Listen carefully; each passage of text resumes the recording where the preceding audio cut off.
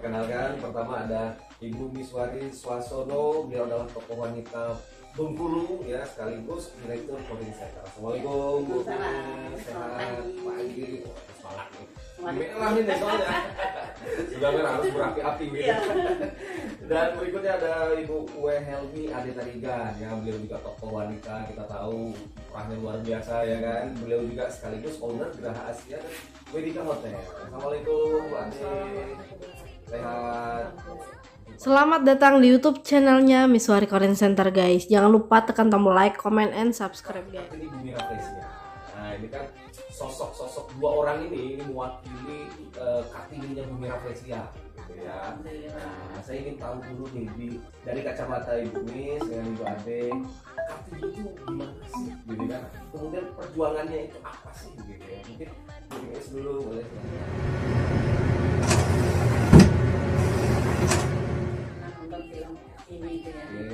Saya sampai nangis, begitu tangguhnya Kartini, begitu tangguhnya dia, begitu dasarnya dia menghadapi semua tantangan gitu untuk mewujudkan keinginannya agar setara dengan laki-laki. Itu bagi saya sangat menginspirasi.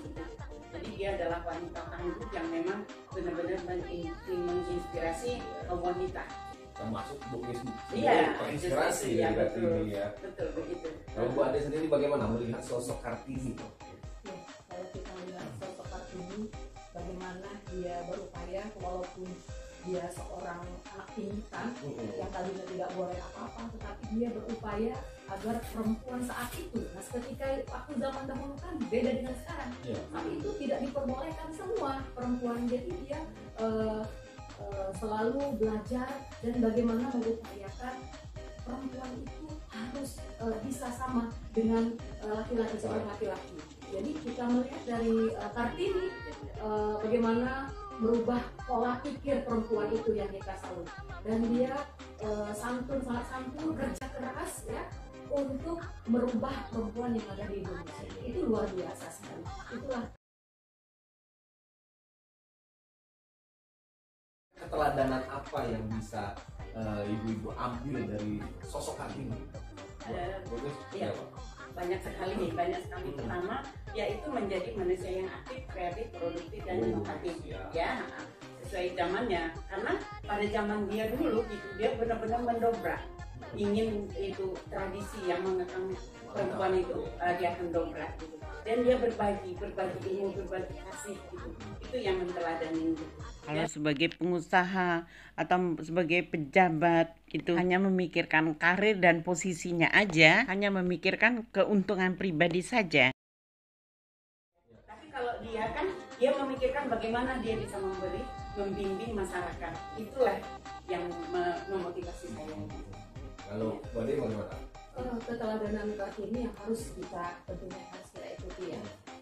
Beliau sosok niat untuk membenahi, membantu kaum perempuan agar perempuan ini tidak diremehkan.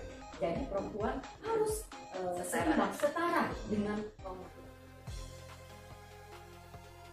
Saya pernah diundang dari Persatuan Kartini Profesional Indonesia, IKAPRI ya. Kami menonton dan betul-betul dengan pemeran utamanya. Ya. Di situ saya nangis. Saya begitu dahsyatnya perjuangan dia. Karena memang pada saat itu perempuan itu benar-benar terjajah. Perempuan itu benar-benar terbelenggu dan dianggap manusia yang seperti tidak berguna gitu. Hanya laki-laki aja yang bisa begini. Perempuan nggak boleh. Dia begitu dahsyatnya, dia menantang gitu. Dia sampai jiwa raganya ya, sampai dia dibina, sampai dia dimaki, sampai dia dibunuh untuk memajukan kesetaraan. Ini yang saya lihat tokoh perempuan juga di Bengkulu ini, istri Pak Watu. Nah, Ibu Anita ya, Ibu Anita itu bagi saya luar biasa.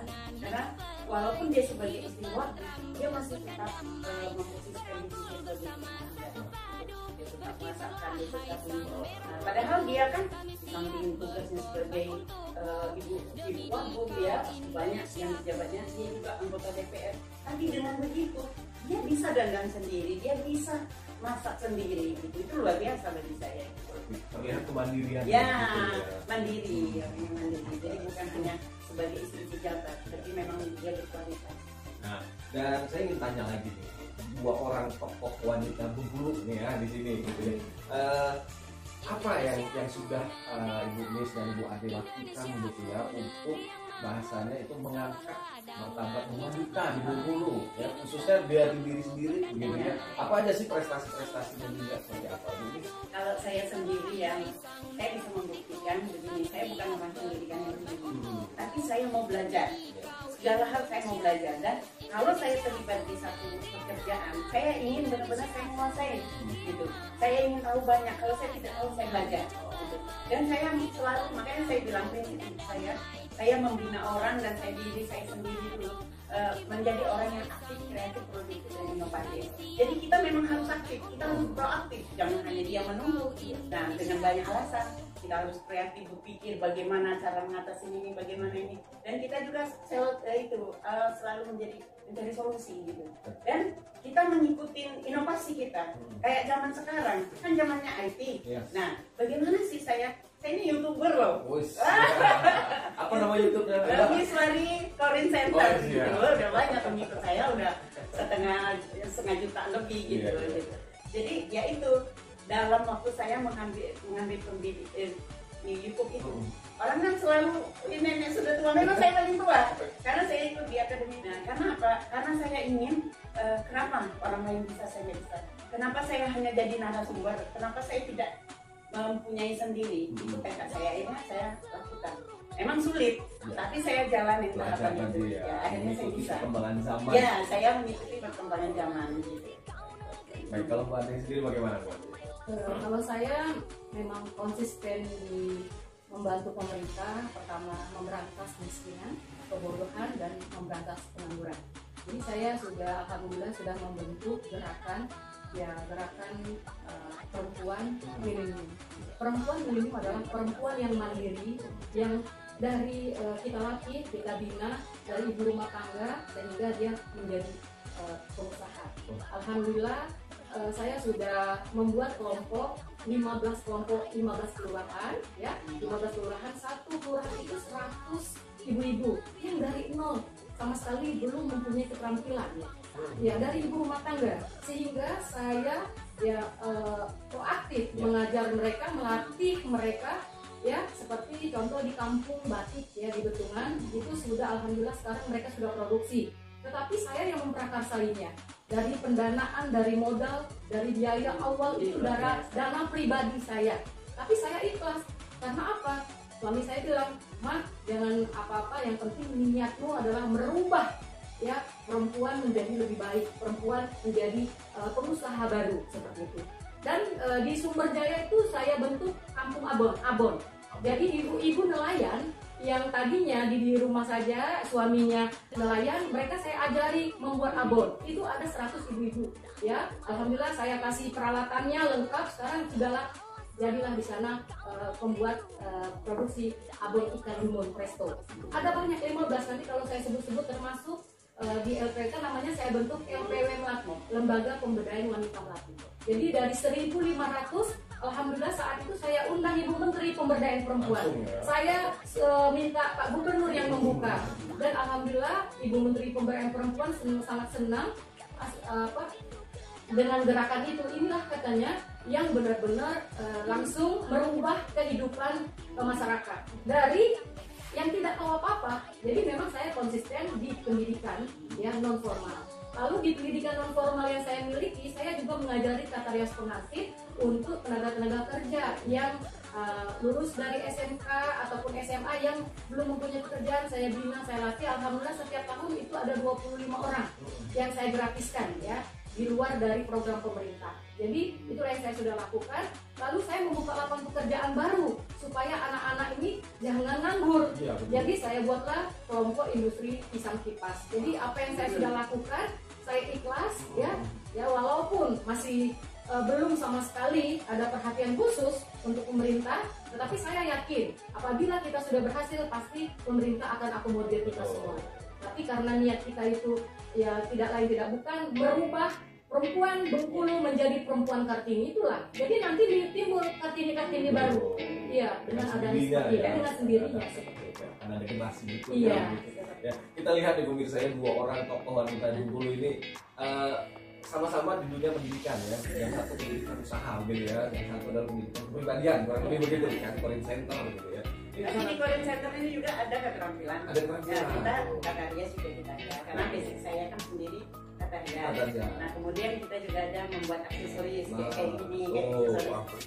Kadang kayak kalau saya sih, kalau Mbak Ade bedanya, kalau Mbak Ade kan ini sendiri, pribadi sendiri. Kalau saya menjalankan program pemerintah, jadi saya gandeng Diknas, saya gandeng Disnaker gitu. Nah, dan program mereka saya gunakan untuk mendidik anak-anak putus sekolah, pengangguran-pengangguran. Jadi tujuannya kita sama aja. Ya, tujuan kita sama aja. Jadi murid saya itu yang isi mall-mall itu aksesoris jadi murid saya gitu. Di Bali pun kita sudah banyak kirim ke Bali gitu ya. Dan alumni Corin Center ini sudah banyak yang berhasil. Iya, alumni saya juga banyak. Betul, cocok untuk orang nih dinobatkan. Amin. Biar Allah aja yang memberikan kesehatan ya. Versi RB. Ya, itu versi RB. Kita merasa sekarang ini kita sudah dinobatkan. Iya, yang penting sehat terus. Amin, itu aja. Berkarya Tidak terus. harus kayak dikasih Ya, di penghargaan. penghargaan, ya, tidak harus Ya. semua. Yang penting masyarakat tahu apa yang sudah kita lakukan. Ya, Itu saja. Ya, karena ya percuma dinobatkan pakai sertifikat apa Dia tidak berbuat apa-apa. Iya, betul. Oke, kita kembali ke laptop dulu ya. Iya. Ini banyak laki-laki nih mengatakan bahwasanya perempuan tidak bisa sama dengan laki-laki kemampuannya ya, kemampuannya gitu kan. Kemudian tidak bisa disejajarkan jabatannya nih misalkan. Menurut Bu Ade dan Bu Nis, ya. Kalau saya bilang itu laki-laki kuno, Oh, laki-laki kuno. super ya, yang tidak mengikuti apa perkembangan kayak gitu, dan dia mindsetnya masih mindset yang harus dirubah. Yang harus Laki-laki dirubah. yang harus berubah ya. Ya, iya. Lah, perempuan itu mitra sejajar, nggak bisa direndahkan. Bisa jadi kalau perempuan ini ya, mampu gitu, ingin selalu mengembangkan diri dia bisa mengalahkan laki-laki. Iya, betul. Orang Corin Center yang ngomong. Iya, betul. Secara Ini sudah kepribadian terbukti, ya. ini sudah terbukti gitu.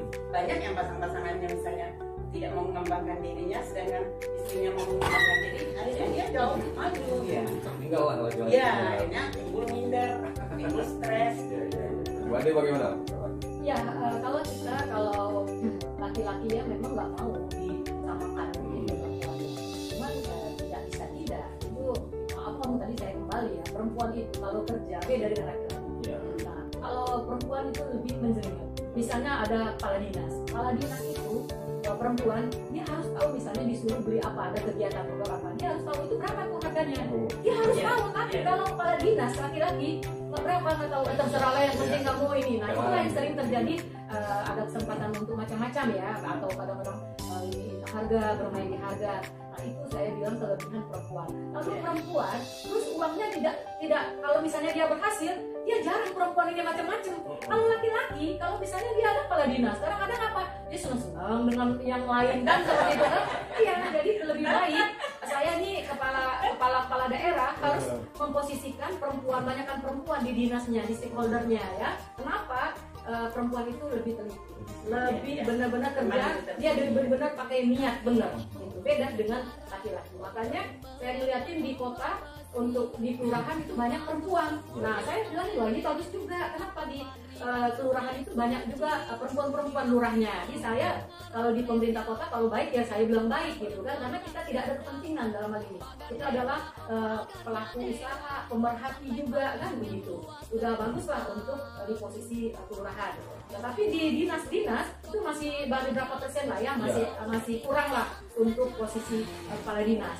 Seharusnya beberapa 25% lah perempuan. Jadi enak ya, apalagi seperti dinas pemberdayaan perempuan ini harus yang proaktif. Nah, dinas pemberdayaan perempuan, kepala dinas yang ini bagus, ini yang provinsi. Karena apa, dia turun, Ibu Farita itu turun ke lapangan. Saya mendampingi dia udah berapa kali, memang luar biasa dia. Kenapa? Dia pas untuk dijadikan sebagai kepala dinas, karena dia turun ke lapangan dan dia tahu apa maunya perempuan. Nah, seperti itu. Jadi itu harus dikasih. Kalau dilihat dari kepribadian seorang wanita dengan laki-laki, menurut seperti apa sih sebenarnya ketika dia memimpin? Seperti apa? Seperti kata Bu Ade, gitu. Kalau wanita itu masih ada ininya, masih ada perasaan.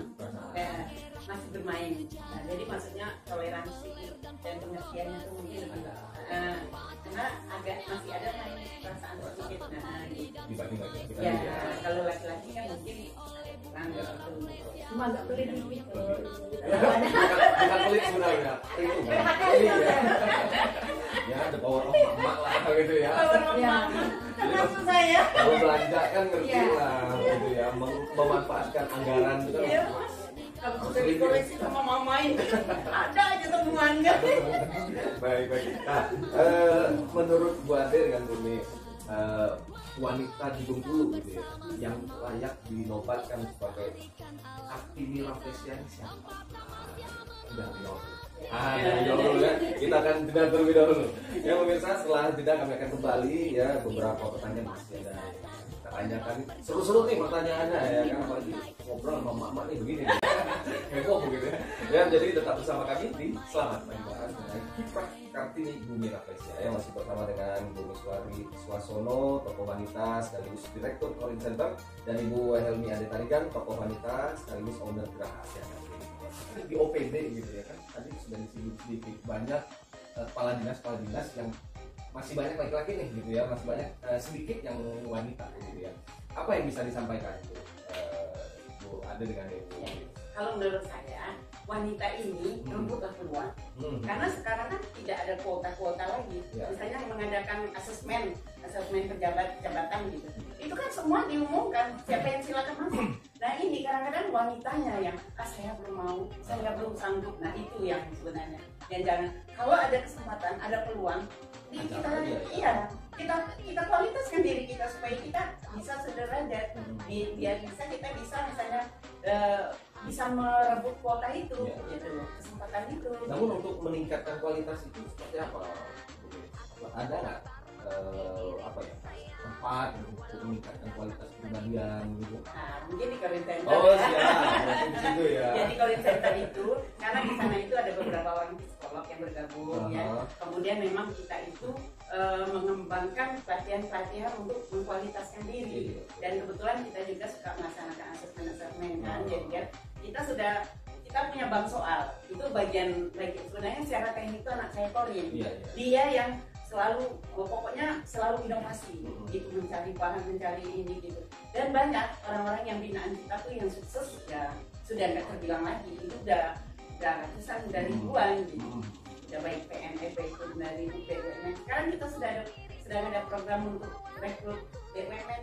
Nah itu dari BUMN-nya. Ini yang jadi narasumbernya. Ini adalah ini nanti hari Sabtu itu ada webinarnya. Itu narasumbernya tuh asesor dari BUMN kayak kita. Nah itu jadi kita itu memang selalu menjalin link, cari gitu, kerjasama karena kita bergerak sendiri kan nggak bisa. Jadi bagaimana kita bisa mengkualitaskan orang yang mau berkualitas. Nah kalau dia nggak mau, susah kan? Kalau dia nggak mau ya kita nggak bisa bilang apa-apa. Kalau sudah berkualitas, karir dimanapun bisa meningkat. Iya betul. Kalau Bu Ade ini kan dunianya di usaha, membina usaha.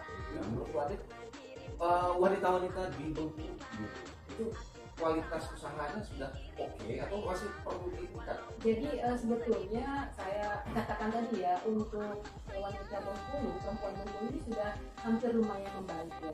Tinggal harus dibina, dibimbing, karena apa? Gampang putus asa tadi. Jadi gampang putus asa ketika mereka sudah ada ilmu, kita latih, kita ajari ilmu kewirausahaan, dia sudah menghasilkan produksi produk. Tapi ketika dia turun menjual produk, kadang-kadang misalnya nggak laku, dia gampang sekali cepat putus asa. Jadi paradigma inilah yang harus kita bina, kita support lagi. Iya, support lagi. Yang suka minta tanci itu. Iya, contoh begini, kalau kita melakukan pembinaan, kita undang untuk kegiatan, cara bagaimana pengemasan produk, itu ada juga kecil, gitu kan? Ada minta ongkos karena apa? Mereka sudah terbiasa dengan diundang oleh pemerintah kegiatan. Kegiatan ada program itu 2 hari dapat uang, ada uangnya. Nah setelah itu sudah nggak ada. Kalau kita enggak, dari akar-akar dari awal kita bantu, kita latih, kita bina, kita kembangkan. Bagaimana mereka ini harus menjadi pengusaha, harus harus menjadi usaha baru dan membuka lapangan pekerjaan sendiri seperti itu.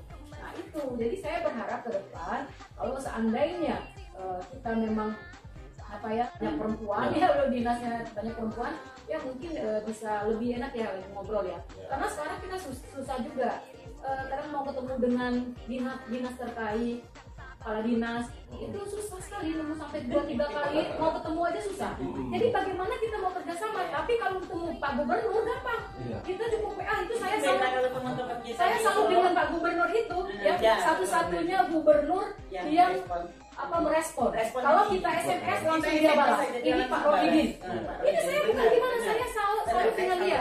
Tetapi apakah dia nggak mungkin dia turun ke lapangan melihat apa aja kebutuhan, kan nggak mungkin. Nah seharusnya kepala dinas stakeholdernya ya OPD-nya yang terkait, misalnya dinas perindustrian, dinas pendidikan.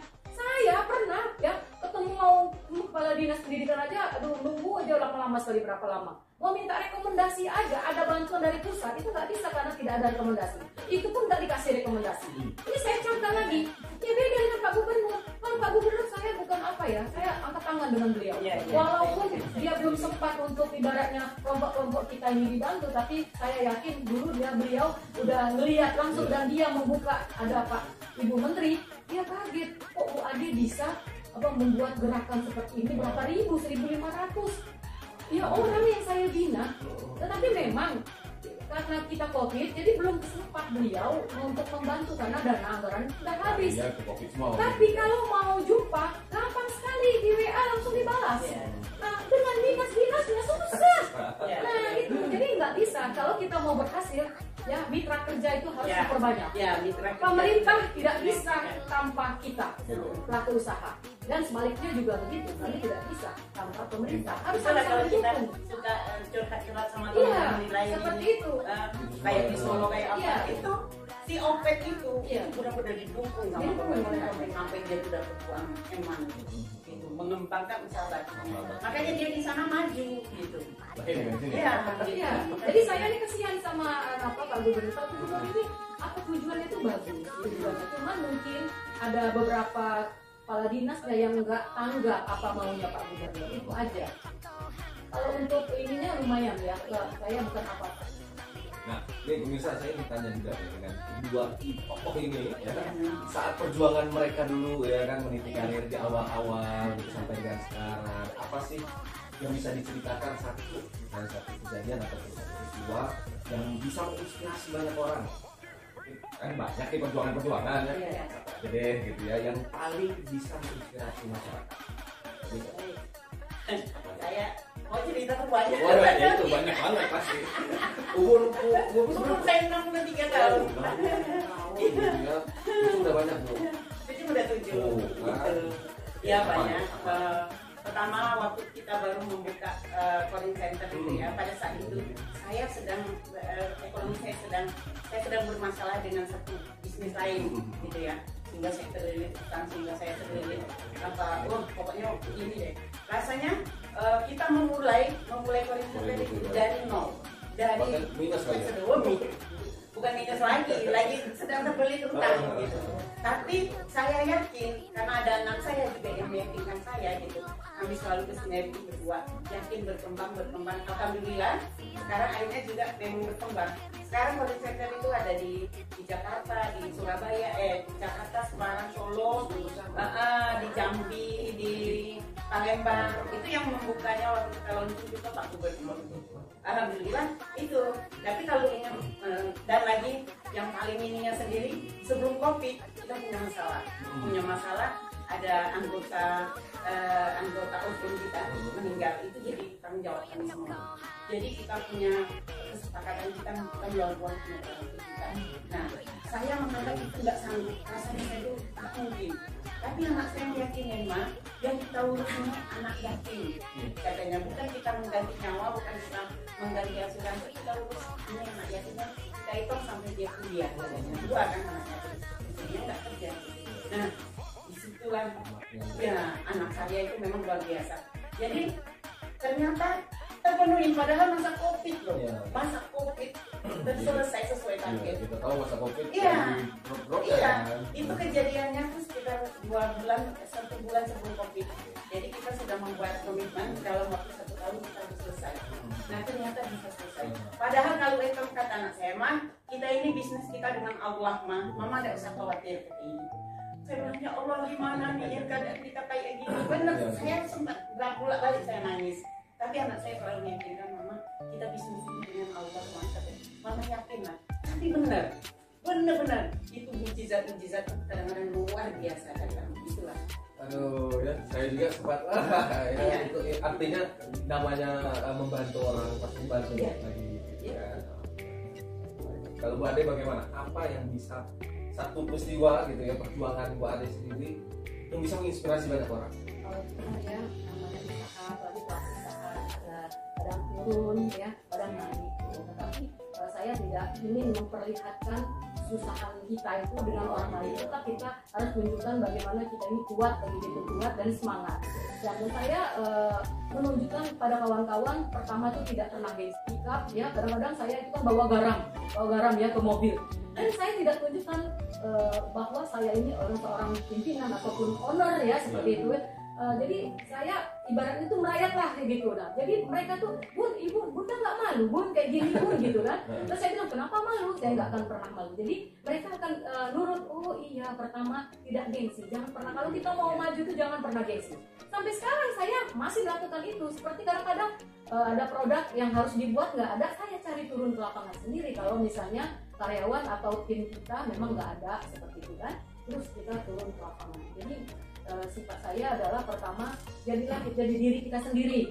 Siapa menurut Bu Nis dan siapa menurut Bu Ade yang layak dinobatkan sebagai Kartininya Refleksi, Kartininya Bengkulu? Kalau versi apa saya nih? ya, itu kita bukan menjalankan program. Kalau kita menjalankan program pemerintah begini itu berarti kita tidak kreatif, kita tidak punya inisiatif, kita menjalankan program gitu. Bagi saya, orang yang bisa menciptakan pekerjaan, meningkatkan kualitas sumber daya manusia, dan menciptakan generasi-generasi yang tangguh, dan menciptakan wirausahawan baru, itu kalau menurut saya yang memang ikhlas. Ini kalau menurut saya ya Bu Ade ini. Bu Ade. Menurut saya dia yang paling cocok. Itu terbukti konkret. Ada di masyarakat dan ada binaan yang dia bilang itu memang ada, bukan hanya sekedar berteori. Nah, apa yang Bu Nis lihat dari Bu Ade sehingga Bu Nis mengatakan Bu Ade layak ini? Karena seperti saya bilang tadi, bukan dia yang menjalankan program pemerintah, bukan dia menjalankan misalnya atau misalnya dia sebagai istri pejabat menjalankan, enggak, dia ini kan pencipta. Betul. Nah yang kita Kartini itu kan pencipta, pendobrak tradisi yang kayak mana, dia ini kan bisa. Nah dia mampu, dia buat program sendiri gitu. Itu kan luar biasa, 1.500 orang yang dibina ya kayak gitu. Itu kan dia itu sampai jual gelangnya hanya untuk membantu itu. Saya sampai yang gede, gila kamu deh, saya nggak sanggup begini deh, gila kamu. Nggak apa-apa Mbak katanya gitu. Aku tuh puas kalau aku melihat orang mereka tuh maju katanya. Nangis saya melihatnya. Nah itu bagi saya memang wajar kalau dia diberi penghargaan gitu. Kalau Bu Ade tadi menunjuk Bu Nis sebagai pertama sosok teladan. Kenapa saya selalu kan saya terus terang aja, saya semangat saya karena melihat beliau dengan umur yang sebegitu, tapi apa ya kok masih mampu ya menjadi narasumber ke daerah, pakai nyetir sendiri, pakai mobil sendiri. Kadang-kadang ke Kaur, kadang-kadang ke rumah. Ke Jambi, ke Palembang, saya melihat sendiri beliau 63 tahun. Jadi ada kebahagiaan, puas apabila dia sudah memberikan ilmu. Ya, terlepas dari dia menjalankan program atau gimana, tapi niat dia memang supaya orang-orang yang diajar SDM-nya ini berubah dan berhasil. Nyatanya udah banyak berhasil.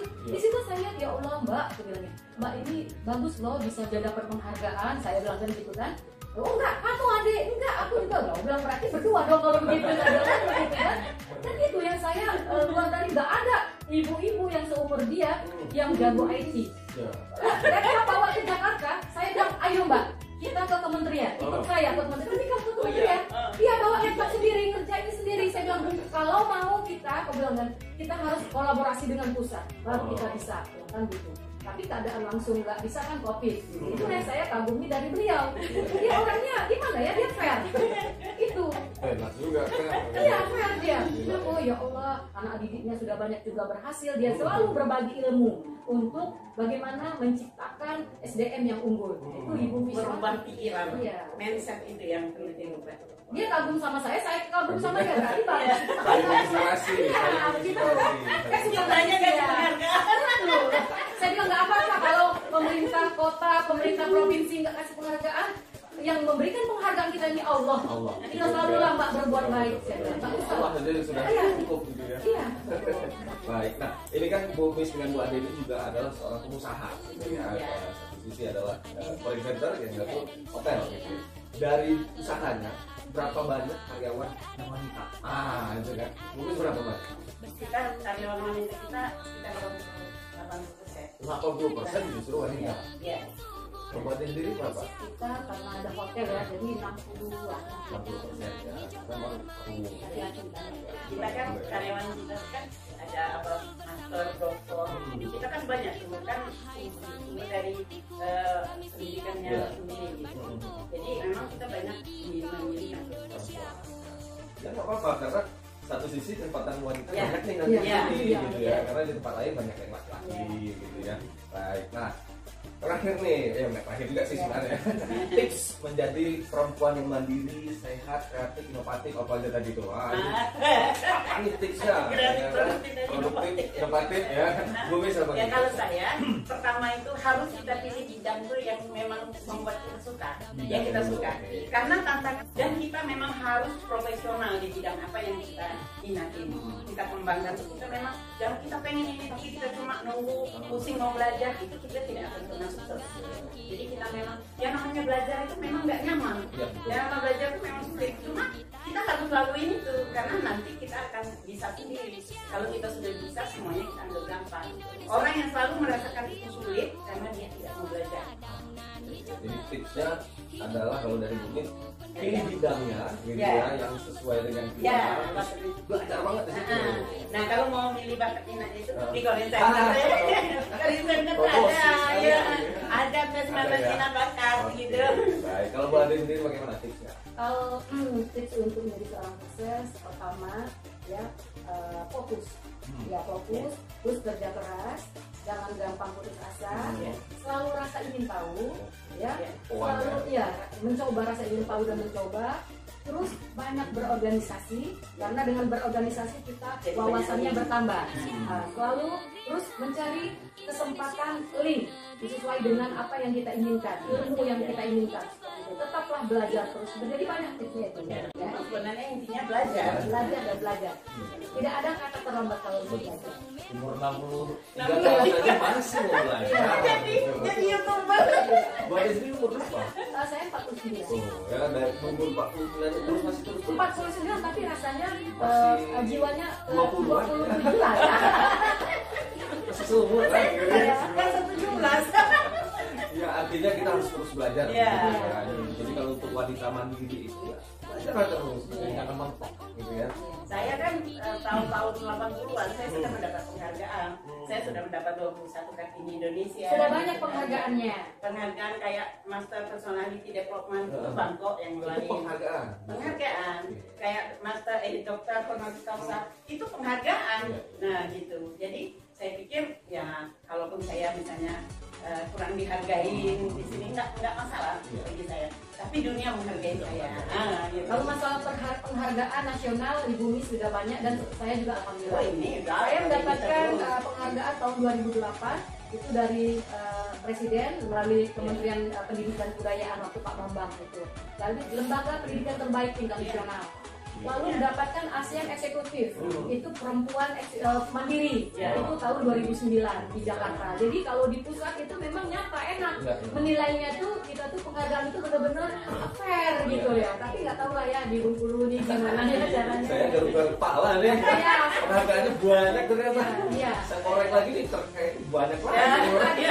banyak lagi. Kalau sertifikat kita tuh mungkin ada segini. Itu yang nyusun di sertifikat sampai bingung lihat. Pokoknya benar ibu. Kayak di TV harus main ke rumah gitu kan. Iya. Berapa banyak tuh Iya. kegiatan. Dan foto-foto dengan siapa gitu. Enak. Oke lah. Nanti kita pertemuan sekali lagi. Terakhir nih Mbak Ade dengan Bu Mis, target dan harapan ke depan dari ibu-ibu semua ini terkait kekartinian. Nah, kekartinian Kartini Bumi Rafflesia ini seperti apa sih? Harapan saya ya, perempuan itu benar-benar harus tangguh dan jangan banyak mengeluh. Semoga banyak ya Kartini ya, wirausaha lainnya, kemudian orang yang mau berbagi. Jadi kita jangan hanya memikirkan usaha keuntungan kita sendiri aja, tapi kita juga harus memikirkan berbagi ilmu, berbagi rezeki gitu kan. Ya supaya kita menjadi apa yang isi-isinya Kartini gitu. Mbak Ade bagaimana? Saya berharap sekali untuk khusus perempuan Bengkulu ya lebih dapat berubah dan selalu berkarya, jangan gampang menyerah dan selalu belajar agar perempuan Bengkulu lebih baik. Lebih tangguh. Baik. Jangan suka mengeluh. Jangan suka mengeluh ya. Baik, terima kasih Bu Miswari dan Bu Ade ya sudah bisa hadir di studio kami ya. Mudah-mudahan nanti terus mampu menginspirasi wanita-wanita Bengkulu. Ya, dan teruslah membuat terobosan-terobosan gitu kan, membuat bom-bom baru ya. Sehingga Bengkulu akhirnya rugi kalau tidak menobatkan orang ini sebagai wanita gitu ya. Baiklah ya, pemirsa dimanapun Anda berada yang terkait kiprah Kartini Bumi Rafflesia ya, ini dua sosok ya, artinya ya mungkin hari ini baru kami mampu dua orang, banyak lagi yang menginspirasi banyak wanita di khususnya Bengkulu gitu ya. Tapi dari dua orang ini saja kita bisa belajar bahwasanya kalau untuk menjadi seorang yang hebat gitu ya, dia tidak harus jabatan tinggi banget gitu ya. Kemudian dia tidak harus yang sifatnya anak muda banget gitu ya. Sarjana, ini buktinya nggak sarjana loh. Ada tamat SMKK. Umur sekian saja masih terus melakukan hal-hal hebat gitu. Nah ini kan menjadi inspirasi kita para anak-anak muda gitu ya, khususnya para wanita muda. Yuk terus berinovasi ya, terus bersemangat, tapi jangan banyak keluh gitu ya. Kemudian terus belajar ya kan. Kita belajar juga dari Bu Ade ya, bagaimana membantu banyak orang ya, belajar dari berbagi kepada banyak orang. Nah itu poin-poinnya ya. Jadi pemirsa teruslah beraktivitas, teruslah berinovasi, teruslah berkiprah untuk Provinsi Bengkulu ya. Dan saksikan terus Selamat Pagi Bengkulu dari hari Senin hingga hari Sabtu pukul 8 hingga pukul 9. Saya Ranggi Dunanda bersama Bu Mis dan Bu Ade mohon pamit undur diri. Terima kasih. Assalamualaikum warahmatullahi wabarakatuh. Selamat pagi.